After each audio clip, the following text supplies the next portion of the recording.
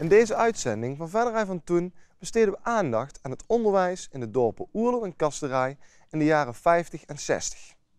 Oerlo had al heel vroeg zijn eigen lagere school. In 1922 kreeg ook Kasterij zijn eigen lagere school. Tot die tijd volgden de leerlingen uit Kasterij het onderwijs in Oerlo. Nu, anno 2015, 90 jaar later, herhaalt de geschiedenis zich. Door het dalende leerlingaantal zijn de scholen van Oerlo en Kasterij sinds begin dit schooljaar gefuseerd en gaan ze verder onder de naam Eigenwijs, zoals u hier achter mij ziet. Maar kijkt u vandaag mee naar een stukje nostalgie van hoe het ooit was. Kasterij begin jaren 50. De kleuterschool is nog gevestigd in het patronaatsgebouw achter de kerk, waar net een bezoekende missionaris vertrekt op zijn gemotoriseerd vervoermiddel.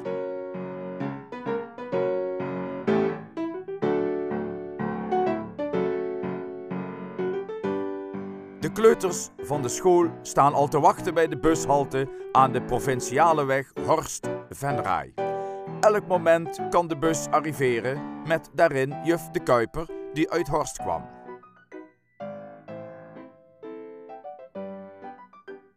De kleuterschool was in deze tijd goed bezet.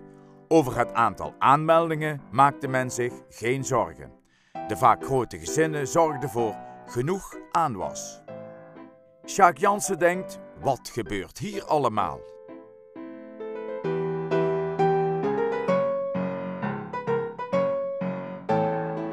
Als de bel gaat voor de pauze, is de tegenwoordige organist Piet Kuipers als een van de eerste buiten. Evenals Je Kunen, die nu in Engeland woont.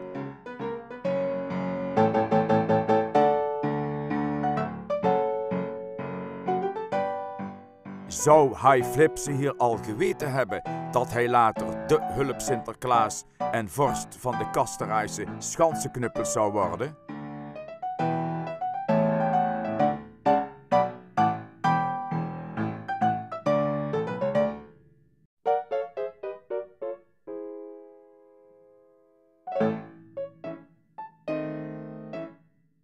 Streken uithalen deed men toen ook al.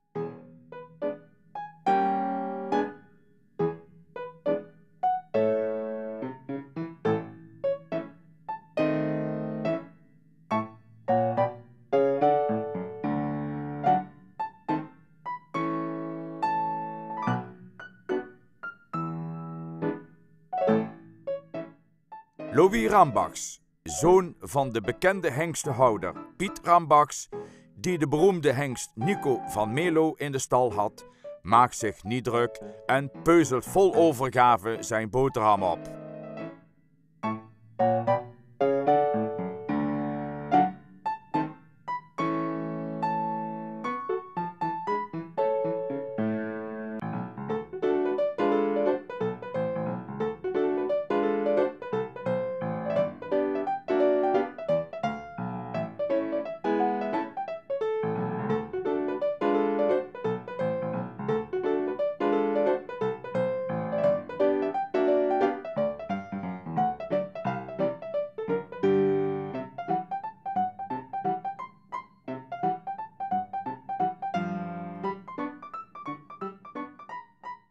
Gezellig waren natuurlijk de spelletjes die met de kleuters werden gedaan. Populair waren de gezamenlijke kringspellen, zoals zakdoekleggen. Iedereen werd erbij betrokken.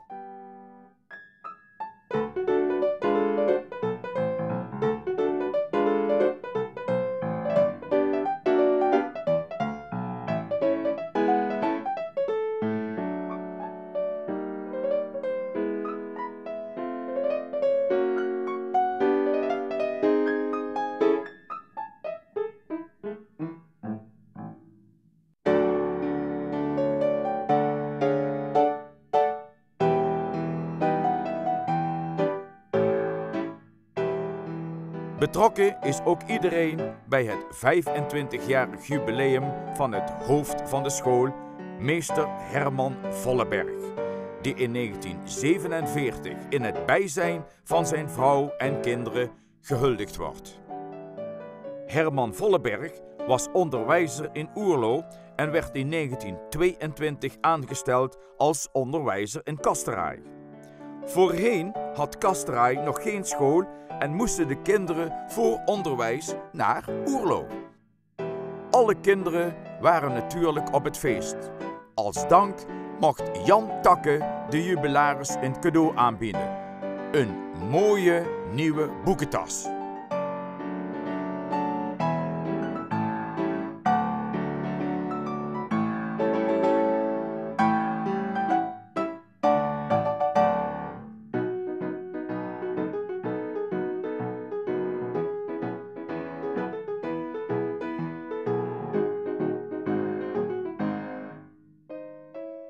Hein Emons spreekt namens de Kasteraayse gemeenschap, van wie velen komen feliciteren.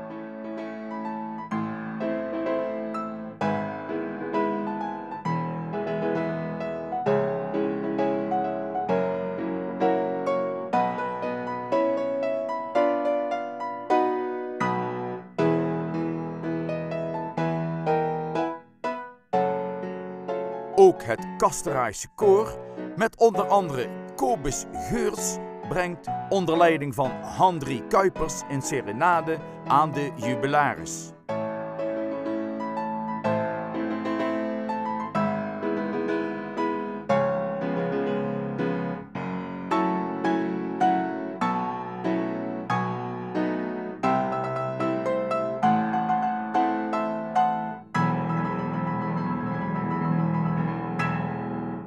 Als dank krijgen alle kinderen een lekkere eierkoek.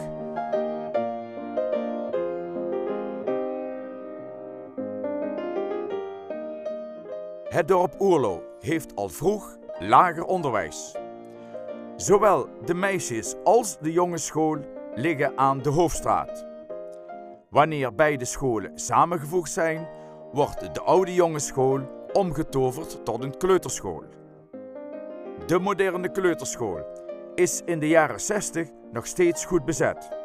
In deze periode bestaat ook het dorp Oerlo nog uit grote gezinnen met veel kinderen.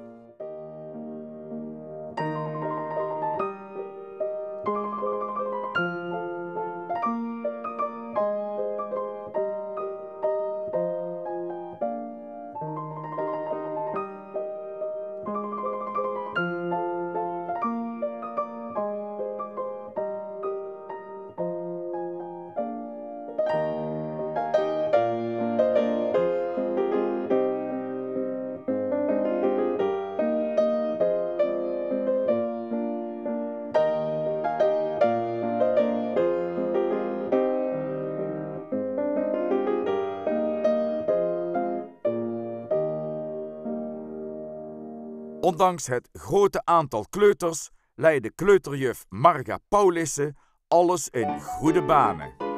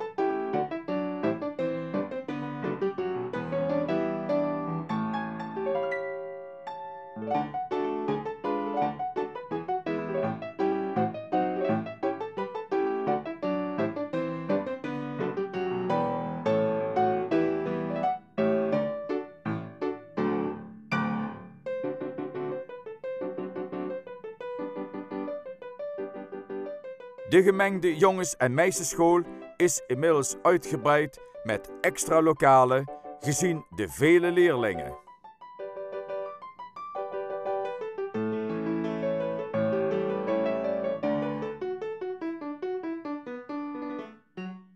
zoals Antoinette Flipse, Wim Michels, de huidige voorzitter van de fanfare, en Jan Willems. Op de speelplaats is het dan ook gezellig druk. Zelfs de jongens doen aan touwtjes springen. Ondanks alle drukte heeft meester Louis Claessens, het hoofd van de school, alles onder controle.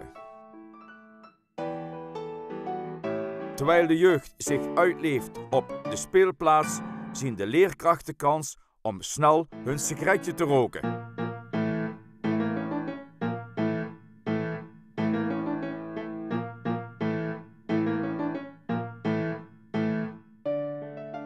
Niet alleen de leerlingen hebben oog voor de cameraman, ook de leerkrachten poseren nog even. Zoals Jan Strijbos en Antoinette de Mulder. Anna Kerkhoff, de vrouw van de Oerloose Smit. Ricky van Wetten, die met collega Jan Strijbos trouwde.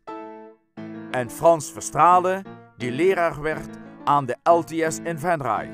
En als laatste Louis Claessens.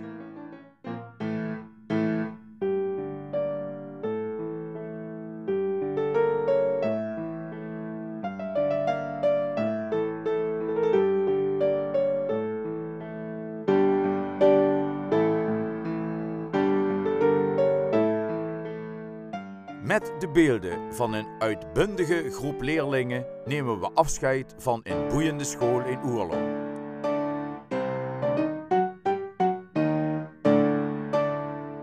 Anno 2015 krijgt de jeugd van Oerlo en Castraai weer samen onderwijs in Oerlo, net als ruim 90 jaar geleden.